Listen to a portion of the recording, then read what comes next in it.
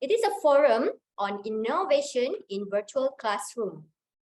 For this session, we will have Dr. Azma Abd Hamid, Technology Specialist, Dr. Enna Ayub, and Dr. Mariam Mohamad as our panel speakers, and Mr. Hasnain, Senior Manager from the IMU e-Learning Department, to be the moderator.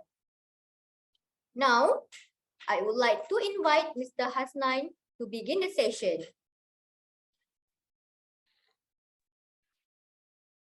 Thank you, Noratika. Can you hear me clearly? Yes, Mr. Hasnain. Okay. And can I confirm all our distinguished speakers and guests are here? I could see Dr. Asma, right? How about Dr. Anna? Yeah, I'm here. Okay. Great. Dr. Mariam? Yes, I'm here. Perfect. Thank you. Thanks for the confirmation. Okay, so it's a privilege to be a moderator in this forum, and the title for forum is Innovation in Virtual Classroom, because that is how for last 2 years a lot of institutions have experienced and practice how we could go virtual. And to just briefly introduce our distinguished speakers here, we have Dr. Azma Abd Hamid. She's having more than 30 years of experience in education.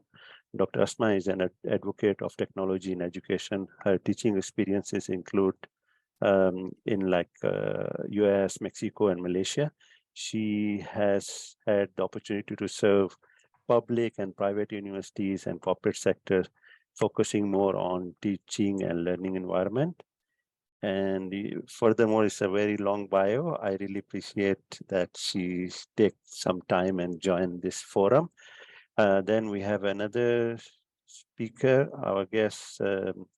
Enna Ayub from Taylor's University, and she's always in the field of teaching and learning. She considers herself a practitioner, focusing more on behind the scenes work related to transforming content for online delivery. And she's currently Director of Learning Experience Design in Taylor's University Digital Department. And then we have the last, but not the least, Dr. Mariam Mohamad from University Science Malaysia.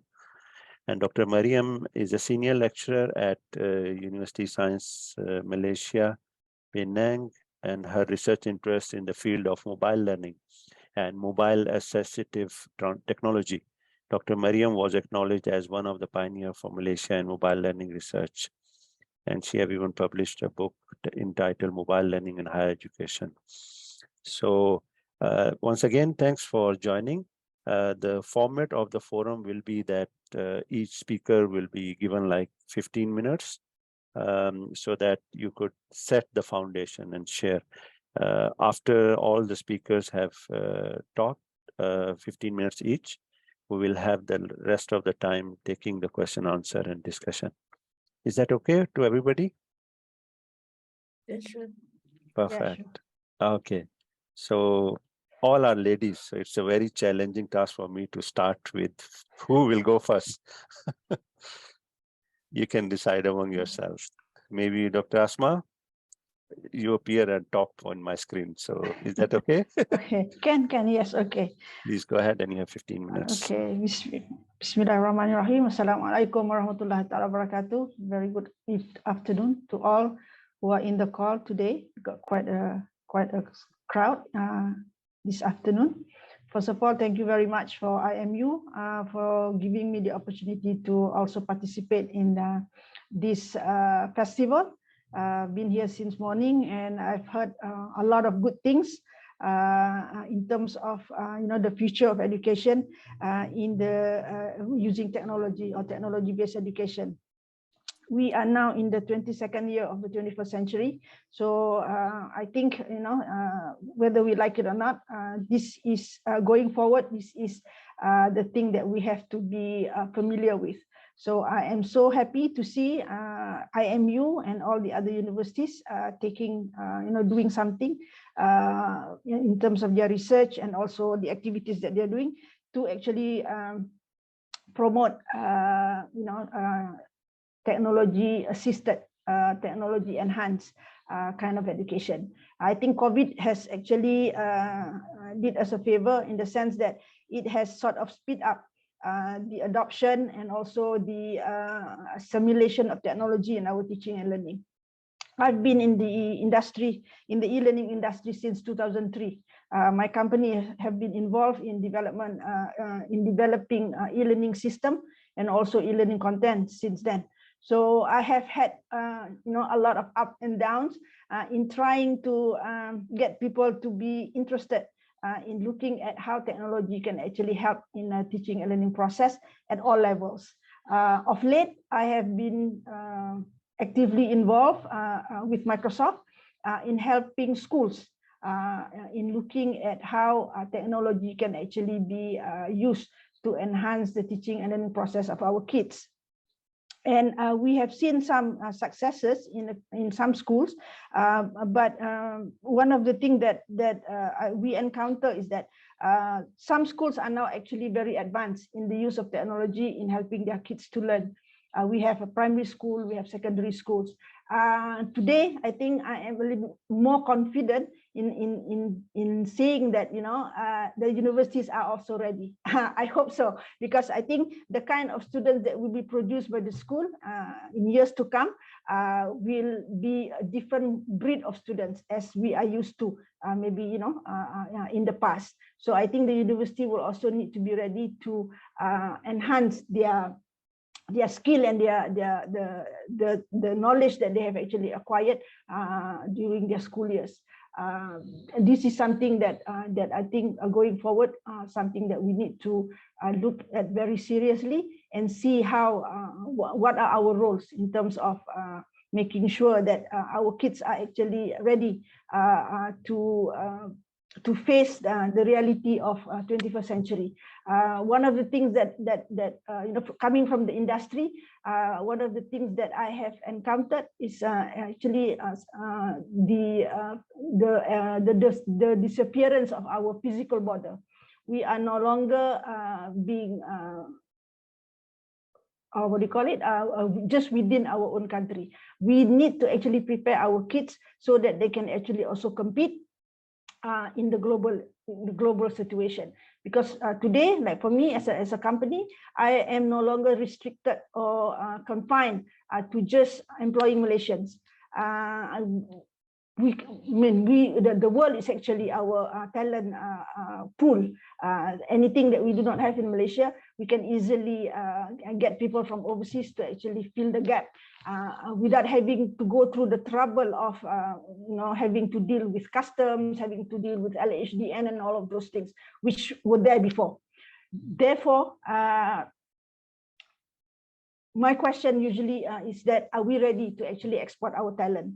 And this is, if we are, if we are not, then our question is actually the topic of our forum today. Innovation in, to me, just innovation in teaching, whether it's a virtual classroom or whether it is a physical classroom.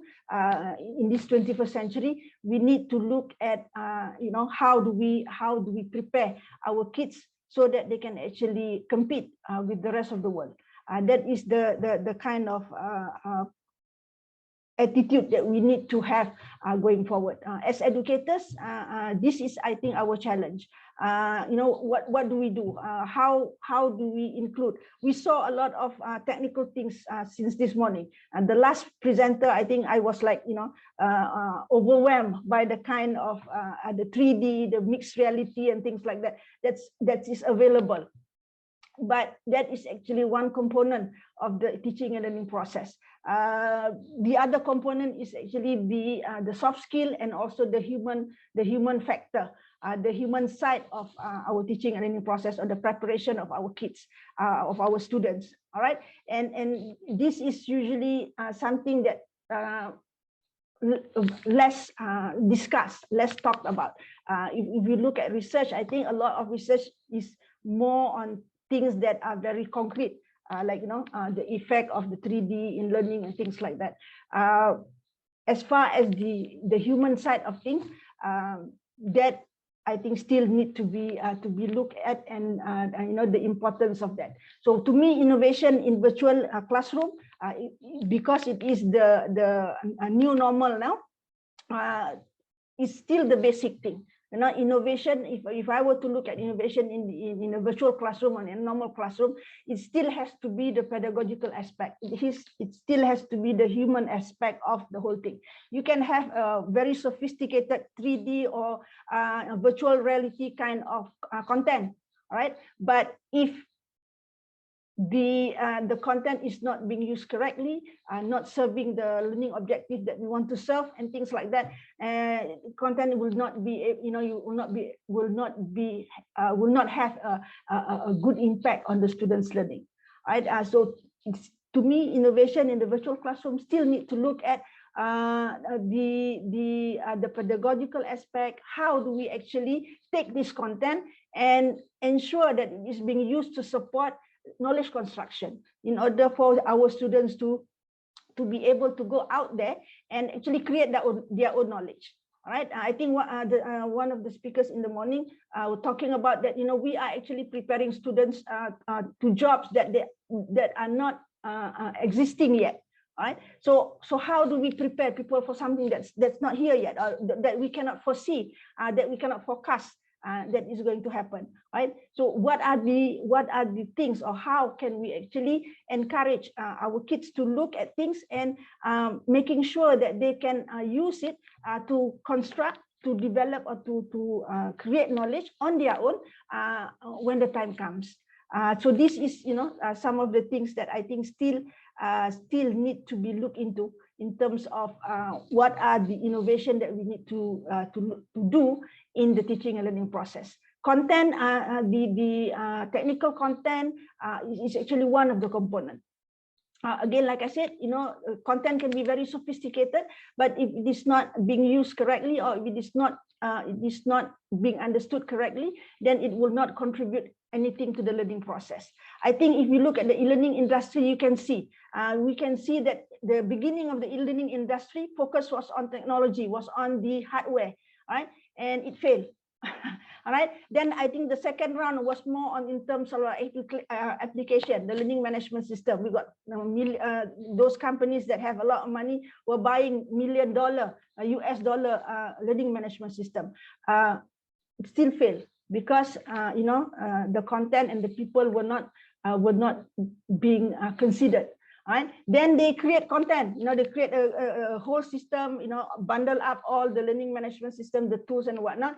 But then again, you know, if the person that is using it, if as an educator, if we, the person who is using this content, supported by the sophisticated technology and whatnot, but if we do not know how to actually embrace technology and do not know to actually apply how this can actually help the learning of the student, then it still will not be useful. So to me, when I look at innovation in a classroom, be it virtual or physical, it will still be innovation in our attitude and innovation in the way we teach, in the way we do things. The rest of these things are actually supporting elements. They can be there to actually help us make learning more efficient and more effective.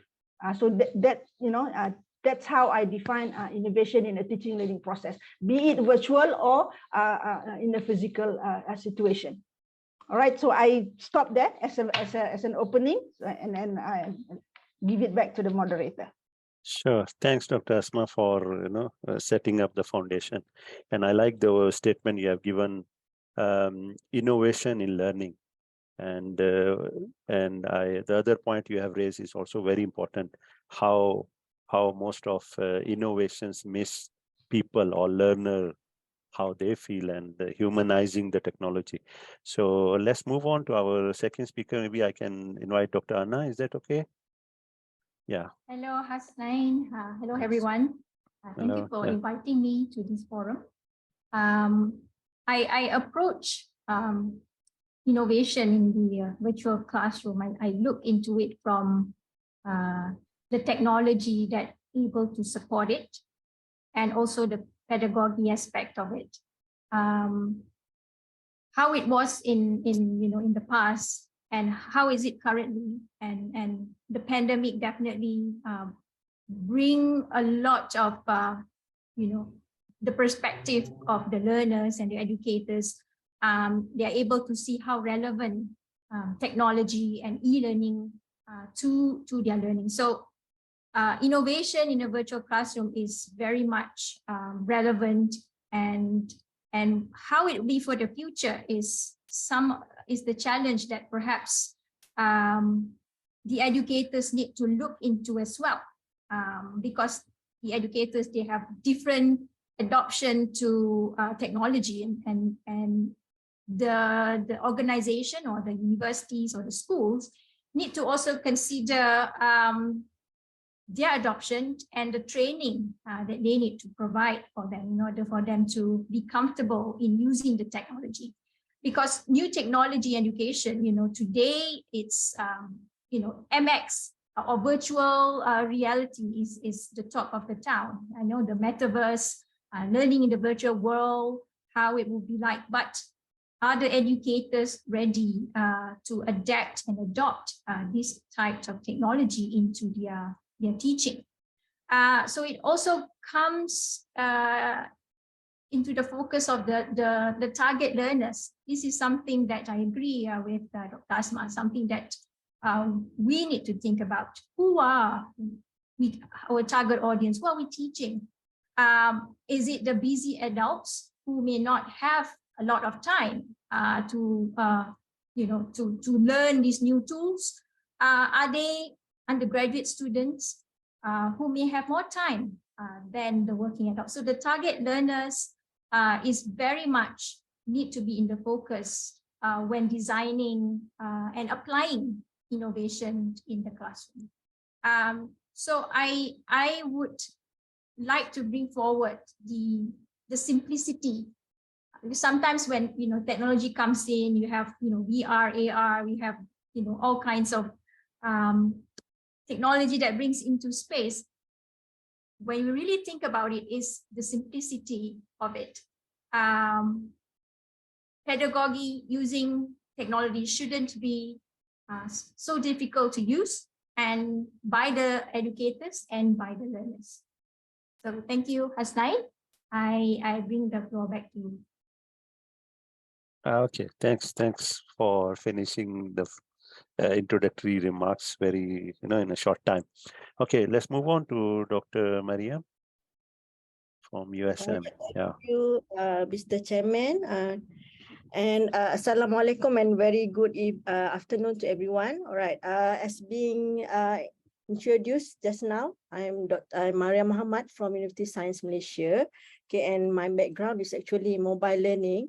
But along the way, I also have my interest to integrate mobile learning or educational technology with language learning, and also innovation for the special need children, especially dyslexic children, because one of my children has dyslexic. So that's why most of my research is dedicated for him. All right. Okay, about the title today, innovation in virtual classroom. Yeah, I believe that the keyword virtual classroom is in now, because every day we are used to, WebEx, Zoom, Google Classroom, and so on. And I also, after this forum, I have a class to teach around 5, like that. Hopefully I can make it at 5. And then most of my supervision, okay, my PhD student, I have 12 PhD student, and most of the time I will do supervision through WebEx, meaning through online. But somehow I feel that even though we have this, we have these opportunities, we have these advantages of using a virtual classroom, but I have the concern of there is a lack of a human touch when we do this virtual classroom. It is, I cannot say that, I mean, it's not that 100% same as the traditional classroom. We still need face-to-face, and that is what is lacked in the research about the educational technology, innovation in virtual classroom. Because usually we just do the research about, how to apply, for example, what I do is how to apply mobile learning to teach dyslexic children, but how to integrate the human touch in it. because along the way, the user need human touch as well. We cannot just depend on the devices, how sophisticated it is. We still need the teachers, right? Like for the Muslim culture also, for example, like even though we can listen to the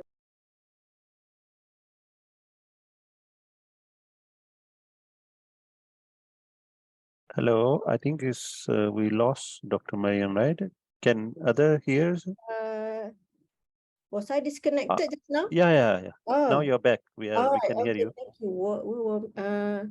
All right, okay. So I talk about the talk show, right? About, for example, now we can listen to the religious talk show easily, you know, like for Muslim, we can hear the talk show from the ustazah or da'i or anybody that is have a reputation in Islam. But I believe it's still not the same as if we learn directly, I mean face to face with those who have the good reputation in it.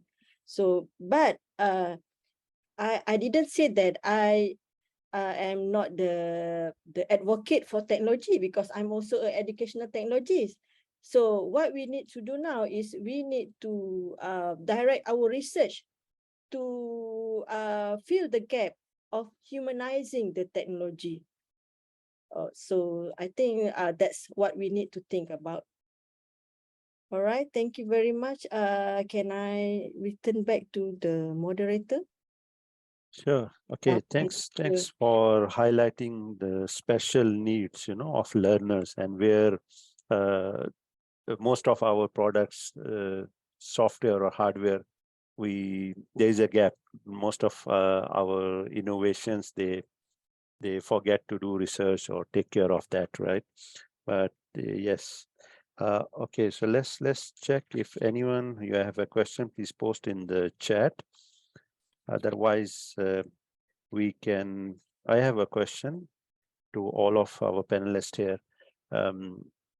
What are the barriers, you feel according to your own experiences when it comes to virtual, or online, and how we could overcome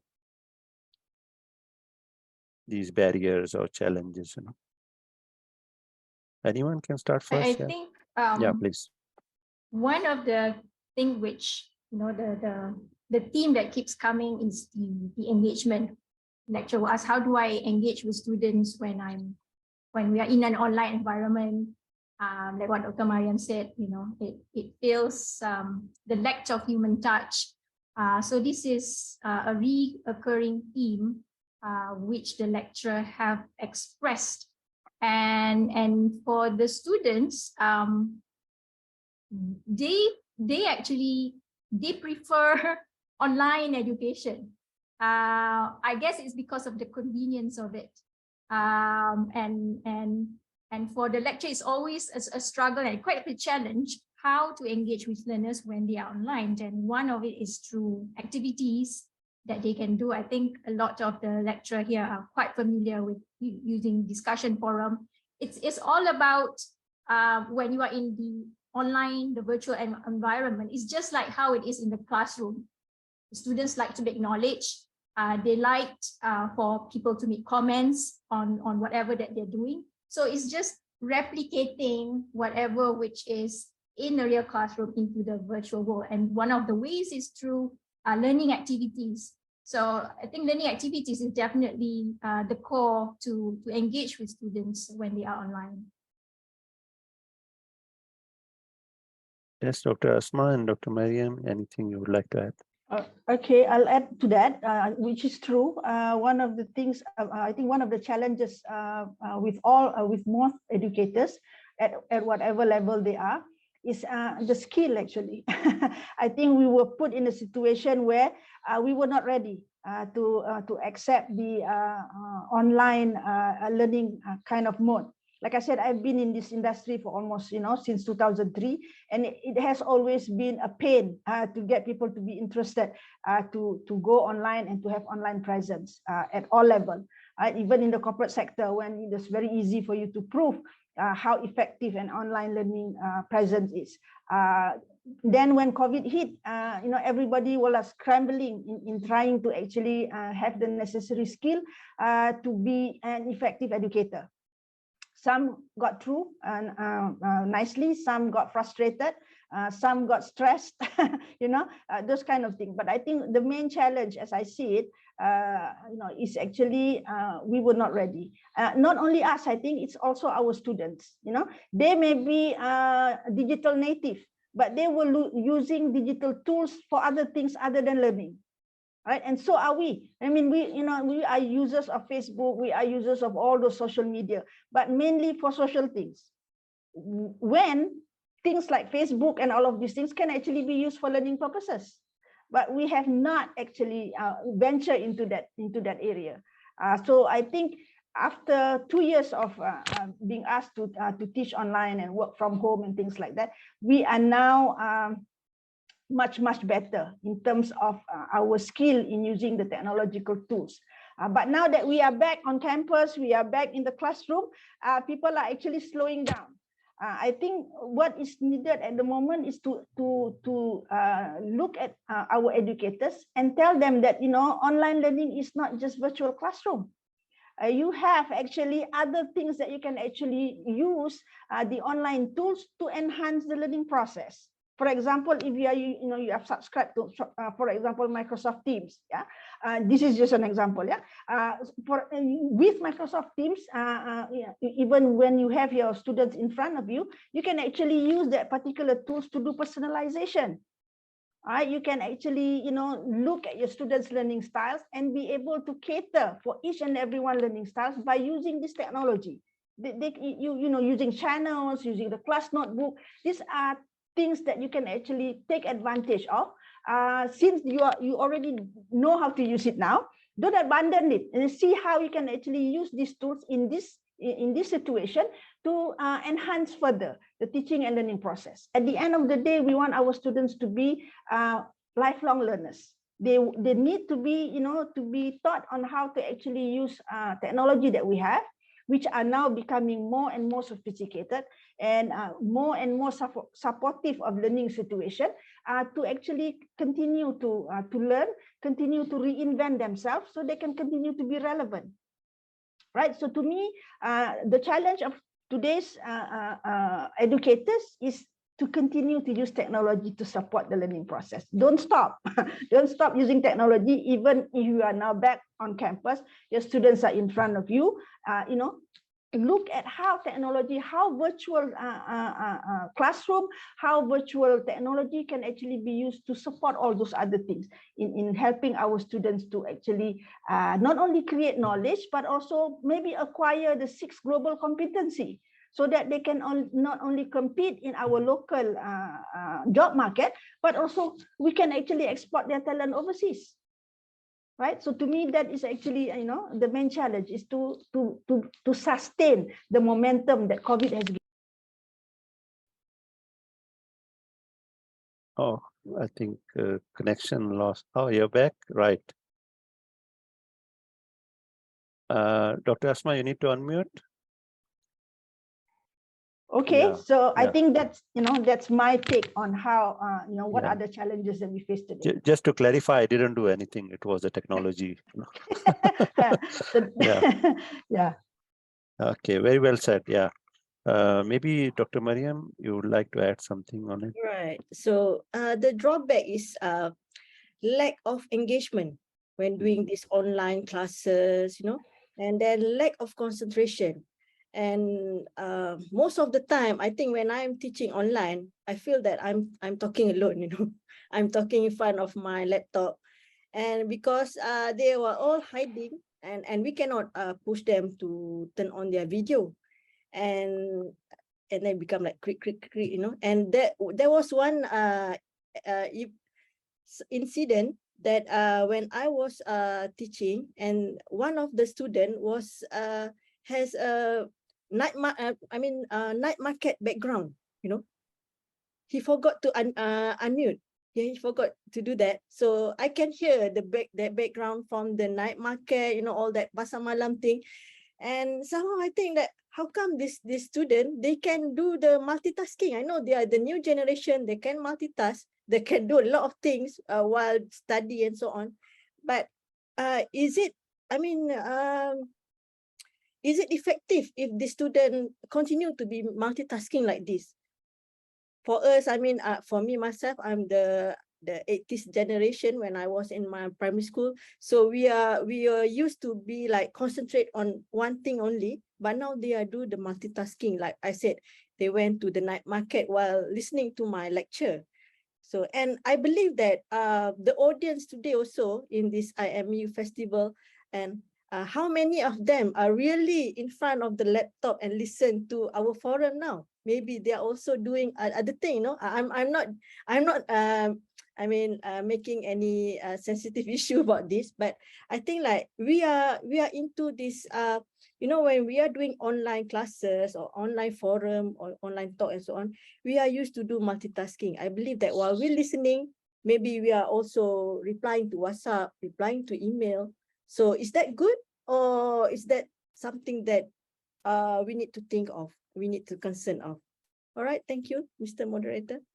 So you are highlighting about the behavior of human, but yeah, it's a challenge to engage audience. And back to your own discussion, I think one of maybe Dr. Azma was highlighting about pedagogy first, then technology. So if you are a good storyteller, anywhere, whether in a virtual classroom or anywhere, you could engage audience. Am I right? Do you agree with this, or you have any other version? Agreed, right? Yeah. I think that's the reason why I think the focus should still be on the pedagogy, because if you are clear of what you want to achieve, you know how you want to go about doing it, there are a lot of tools that you can actually use to engage your students. Right now, you know, there are so many tools that's available to make sure that your students are present, even without them having to switch on their camera. Things like earlier in the morning, we have people answering questions online, those kind of things. Even right now, PowerPoint, I think you can actually have a PowerPoint present, you know, directly online. So these are some of the, I mean, the tools-wise, there are a lot that's available. It's how we use those tools to ensure that learning happen. That to me is the challenge for us educators. Sometimes there are too many tools, we do not know which one to use for what. You know, Yeah. we follow, you know, we follow the trend when sometimes is actually not helping in terms of the teaching and learning process. Let me give you a very simple example. The use of Kahoot. To me, some people are using Kahoot just for fun. Not to say that it is not wrong. It is wrong to use it for fun. But Kahoot actually is a tool that can actually help in terms of us knowing whether our teaching has been understood, whether the questioning that we are using is actually a good question, valid question kind of thing. But most of us, we just give the Kahoot game and then we applaud during the podium. Other than that, we don't actually use that particular tool to do other things, which actually, even if you are subscribing to the free version of Kahoot, there are actually analytics that's given at the end of the game, which we can actually use to do many things. Right? So these are some of the things. To me, again, it goes back to we were sort of pushed into the situation, and in trying to survive, whatever technology that comes to us, we use it at the superficial level. Therefore, we do not get the maximum impact of the technology on teaching and learning process. That's how I feel about it. Perfect. Yeah. Another statement which I need your feedback also. We normally digitize, you know, we don't digitalize. Like, and then we think, oh, when I was doing this thing face to face, it works. But when we go in virtual world, there is no response. Right. What do you think, and how we could solve this issue? You know? Yeah, I think, you know, the definition or the difference between the two words is actually very important. Digitizing is just making things, converting things to something digitized. You take your textbook, you digitize it. Right, but it's still the textbook. You know, whether you are going to get, you know, the benefit of textbook or not, then it's a different story. So that will probably need you knowing how to actually take the digitized content and used it to support the teaching and learning process in more efficient and effective way. I always tell my, I deal a lot with teachers, yeah.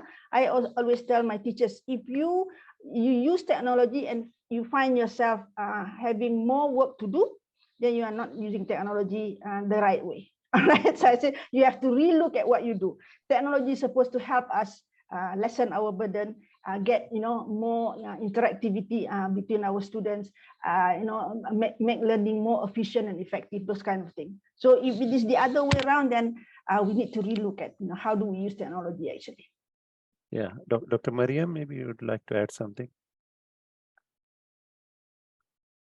or Dr. Enna? I would just like to please. bring the attention to using recording of lecture more to your advantage, because I think the students will focus whatever that is important to them at any given time. So perhaps this may be a bit controversial, but my suggestion would be the recording time it's set. The lecture will be between 8 to 9, but it will be recorded. If you can be present and focus your attention and ask questions during that time, then the benefit will be for you. But if you can't, then it will be recorded and will be shared with you at a later time. So looking at it from this perspective, I think help to ease out the stress and also give solution, because students, they come from different backgrounds. Some of them may have to work actually. So that's why our perspective needs to change. And some of them have attention deficit disorder, like my own child, for example. She could not sit in a lecture for 1 straight hours. So different method and different strategies need to be implemented for different kind of learners. All right. Okay, I have another thing to say. I think another way through is through hybrid learning, because now in USM, like some students, they prefer to stay at home, especially those from the foreign country, they stay in their country. But for those locals, they like to come to the campus. They feel like the sense of community there with their friends and so on. So what we do now in USM is we do the hybrid. So the lecturers have to be prepared. So we have to be face-to-face and online at the same time. And also another thing is we are into the ODL, open distance learning, where both online and offline can be together. So that's another way, to address these issues. Yeah, very good. And I think to just summarize and pick one point, I think all of you have highlighted, it's like we have to test the tool or technology, whether it's fit for task or not, rather than just using it for sake of using it, Yes, true. Yeah, so that's very nice. Yeah, and I just want to go back and bring back the term Dr. Azma used about natives, digital natives. Are we digital natives or immigrant? Most of us are immigrant, but we pretend to be digital natives, and that's where the gap and expectation we could not meet. What do you say about that, and how we could actually address these issues? Because as you have highlighted, some of our speakers here, that students want more virtual classrooms, but there are some limitations. How we could address and reduce this gap?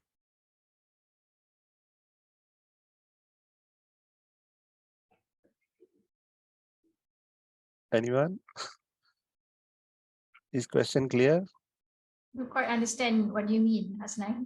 Okay, first of all, are we digital natives or I'm confused. immigrant? I'm native or immigrant, not sure. Well, definitely not native. Not native, definitely yeah. not Definitely native. not. Yeah. I But am definitely We're not not native. born. I because- mean, I'm not born in that era. Yeah. True. Yes, Yes. that's the key word. Born in that era. We might be using technology, but those born in that era, they are actually even far advanced than us, or than even myself.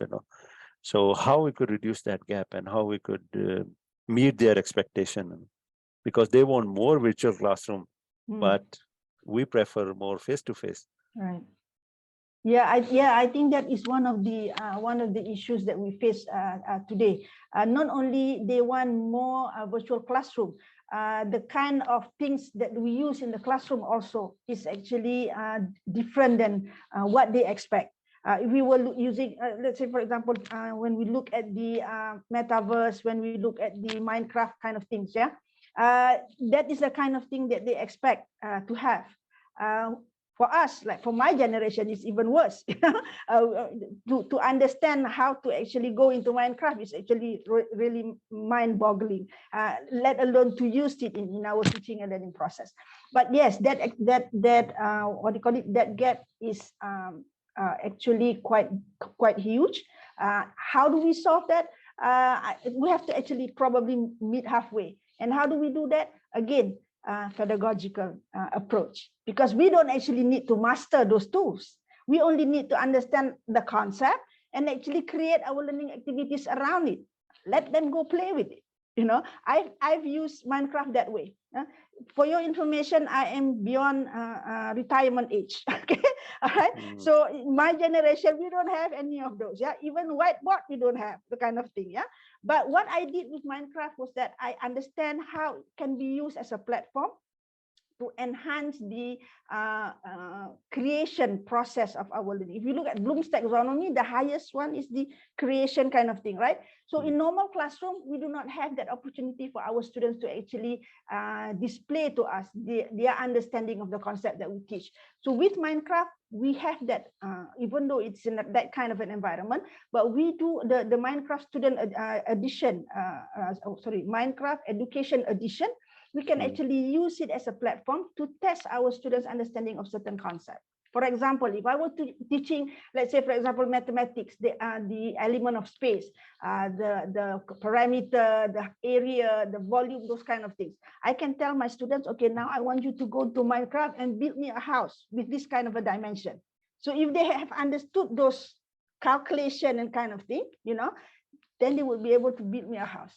If they did not understand, then that house will collapse, kind of thing. So to me, for us who are immigrant or whatever do we call ourselves, we need to still look at the technology that is available today. That is something that the students like to use, but we do not need to master it.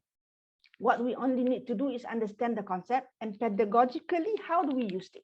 So we just create that learning activity. Definitely they will take and run with it. Our kids are sometimes amazing. We just do not give them enough credit, I think. So to me, that's how I think we can actually bridge the gap by looking again at the physical, at the functional part of the technology, and see how we can actually use it to support the kind of teaching and learning that we want to happen. Yeah, I think I'm a bit amazed with the question or comment asked by Datu Siwalingam. He's almost at our group, and he asked very nice and very important point he raised. A practical issue at hand in New Zealand, I think, where there is a shortage of teachers, about 20%, making it necessary for virtual bot technology or a virtual tutor concept. So we need to equip in advance. So what do you say about this virtual tutors, and what would be the future as far as Malaysia is concerned or your institutions?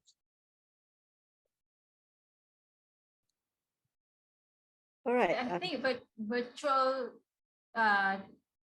tutor, right? Yeah, that one is definitely relevant. In fact, if used in ODL, for example, it will actually help the lecturer, to manage the classroom, because if our future class will be borderless, you imagine how many students will be in that class, and having these virtual tutors, it did not always mean like a robot kind of tutors. It could be actually a human who are actually functioning in the online environment. So this is definitely relevant, and it helped to address a lot of the questions. A lot of it are sometimes repeated kind of questions that the student will ask. So this will function something like a teaching assistant, in university. I think this is not something new, but something which is just being positioned and put in the virtual world. Yeah, Dr. Mariam, you would like Yeah, to I think the virtual board is a good idea, but only the concern is about the, the language, for example, how the students can communicate with the virtual board. I think I used to virtual board in the Food Panda, sometimes I got problem with my orders. And then I ask them, okay, what happened? Where's my orders missing? And I believe that the one that answer my questions there is the virtual board. not So that intelligent or what? yeah, something like that. So they keep like, okay, do you want the refund? Okay. So something like that. And we feel that we can sense it's not human that answer it. So it will be the same like when we use the virtual teacher or the robot teacher to replace. But I think we can still apply it, utilize it hand in hand with what we are offering. I mean, the lecturers have to do their job as well, but as a supplementary, we can have it. I mean, as the one of the panel said, the learning, the classes will be borderless because we will not have to work 24/7. So while we are sleeping, while we are doing other things, so this virtual board can replace the teachers for a while. Yeah. This morning I was having a privilege to moderate another forum, and one of the speaker, Dr. James, he was referring to some issues back in Ireland, and he was talking to a bot. After 5-6 minutes, he realized that it's a bot. So it's all depend on how nicely you train your bot or design the queries, and you may not even aware of that it's a real person or a technology running at the back. Okay. Another comment which Dr. Datu Sivalingam have raised, availability of resources remains a big issue. And especially he's talking even in US, Australia. So how we could actually enhance e-content. And then he raised that as we implement hybrid and remote learning. So as I think some of you already highlighted that content is very important. So what would you say or what you would suggest how we could enhance or build this e-content?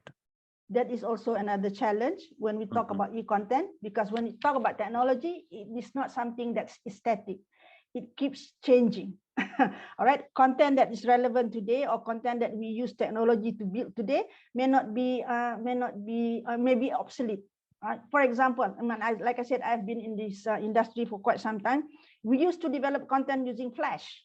All right, there's a lot of content using Flash. I mean, I have clients that like spend millions, developing content using Flash. Today, Flash is obsolete. So right now we are having problem of how to convert those content into, into things that are now HTML5 or video or whatever. So when we talk about e-content, probably, we need to find a format that can actually go across time. It will not change, because to me, when you talk about technology, in the e-learning industry, the kind of development tools that we have looked at have changed over the years. We started off with AutoWare, then it came all of this kind of, and then we come with Flash. Flash stayed for about 10 years, Now Flash is no longer here. Then we are now looking at HTML5 and all those other format, but we do not know how long that will be there. All right. Now with the new VR, AR kind of thing, content that we developed like 2-3 years ago may no longer be relevant. So to me, it's actually very, very difficult to pinpoint how do we develop content that can last our lifetime. Right? Still, I still could not find that answer. Yeah. I think I just borrowed the same statement from Datu Sivalingam. He said we need to be equipped in advance. So yeah, there's a challenge, but if we foresee what is coming in future, we could actually start building. Yeah, Dr. Mariam, anything you'd like to say? I agree with the comment just now. Okay, first the issue with the content, and then also the issue with the platform. So the platform that were available last time, and maybe now it's not available anymore. Like one of my PhD student that she was doing something to do with Edmodo, okay, to help the students in narrative writing. But somehow we realized that Edmodo is not available anymore. So she has to change the title of the PhD and all the things. because of the platform is not available anymore. So what we need to do with that, we need to be like always update ourselves with the technology, with the content, to be able to live in this, the innovative virtual classroom. Yeah, always update and update. Yeah. Yes, Dr. Anna, anything you would like to share? Well, I agree with Dr. Azma and Dr. Mariam. I don't think there's a solution, to create a timeless content that will last forever and ever, because the trend, number one, the trend keeps changing. Whatever was, Flash was really the way forward back in the days, but now nobody, you're thinking of how to change whatever that you've done in Flash into something else. And then at one time it was articulate storyline, and now it's H5P. Now it's about, I think, the fluidity and how fast you can change your content. And previously in content development, is very high dependency on the programmer and the graphic designer. You could not move your content forward if your graphic designer or programmer, suddenly go with AWOL. But now the learning designer or the instruction designer are expected to be able to do everything because they can, and because the technology nowadays is available to do that. So I think the way forward is, it become, I guess, a super ID who able to do from end to end. That is one way of looking at it. And if you want to maybe look for a solution for content which is timeless, is the simplicity. It always goes back to multiple choice question, drag and drop, true and false. Those type of question style will always be relevant in no matter which age you are. Yeah, I think I like the concept of simplicity. Put the content or create the content to the simplest mode, so that you, when you need to change, is that not much to change, and it can actually be played, in a cross-platform kind of thing.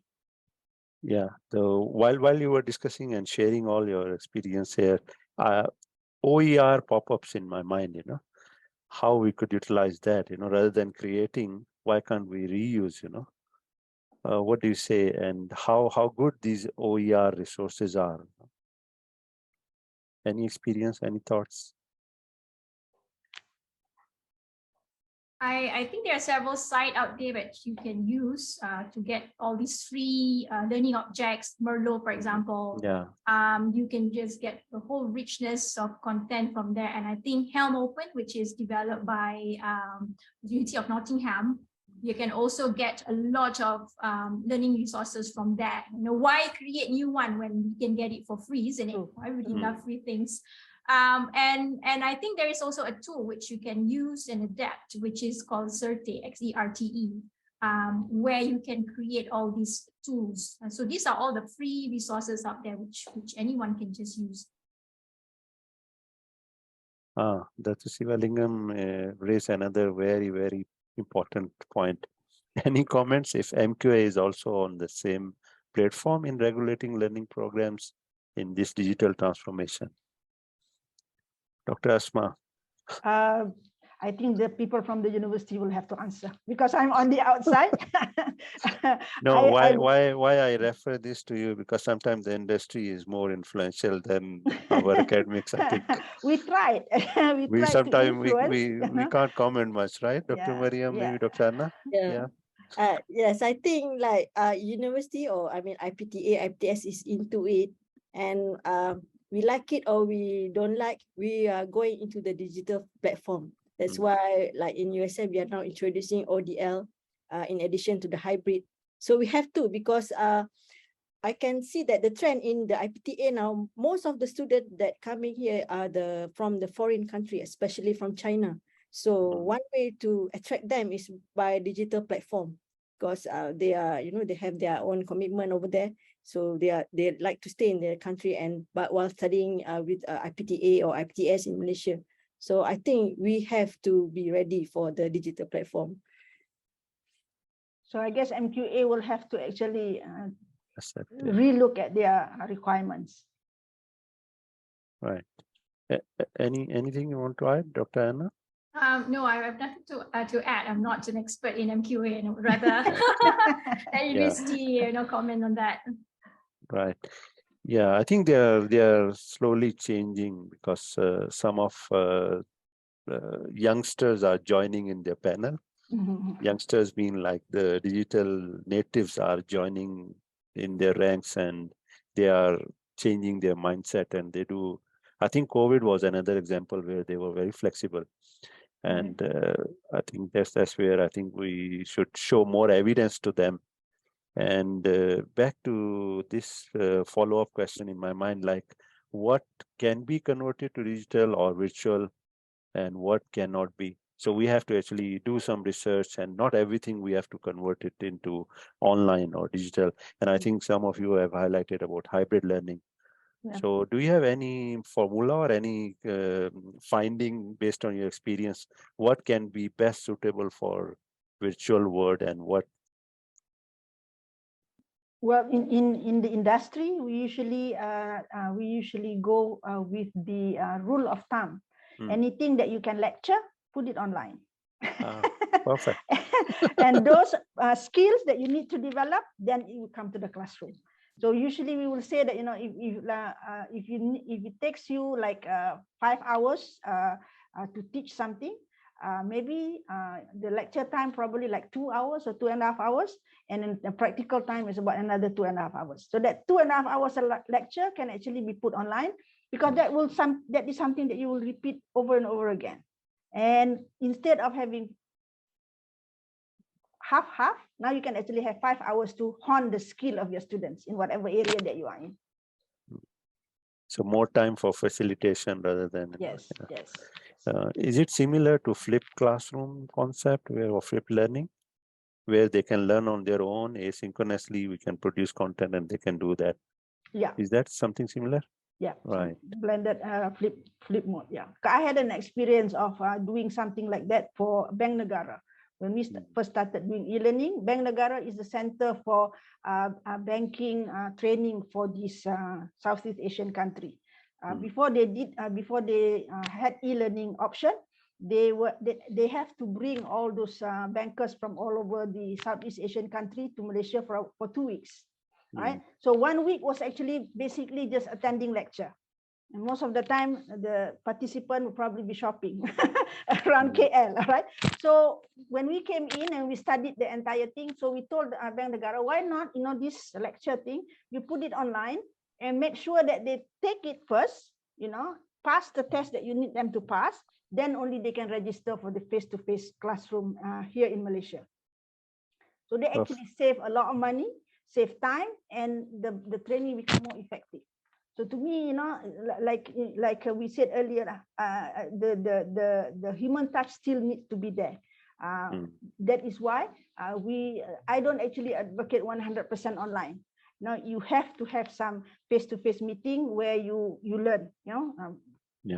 For the Muslim talaki lah, kita kena jumpa guru kan. So that is something that still need to be there. The only thing that we need to probably look at is what kind of ratio, what kind of, to ensure that the whole learning process is effective and also efficient. And another comment raised by Dr. Sivalingam about completion rate for online courses is 60 to 70% compared to 80 to 90% in Massey University in New Zealand. Do you have any rating or data about Malaysia? What is the completion rate for online courses in Malaysia or MOOCs, for example?